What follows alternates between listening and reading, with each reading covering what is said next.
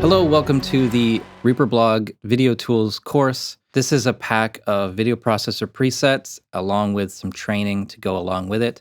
Let's just really quickly go through what you get with this pack. You're going to have REAPERBLOG video controls, text overlay with drop shadow, simple text overlay, color controls, black and white filter, lighten screen overlay, a set of guides including border guide, rule of thirds guide, 16:9 safe area guide, frame center guide, image elements like horizontal line, vertical line, drawing a box, a solid color fills the screen with any color you choose, solid color fill adjustable size.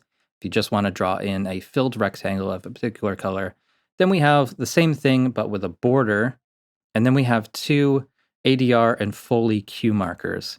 So this is all stuff that I find really useful for my video making. I've made so many tutorial videos, vlogs, and interviews, and just a ton of content, all made in Reaper. And this is the stuff that I use, and I haven't really shared all of it before. Hope you enjoy it.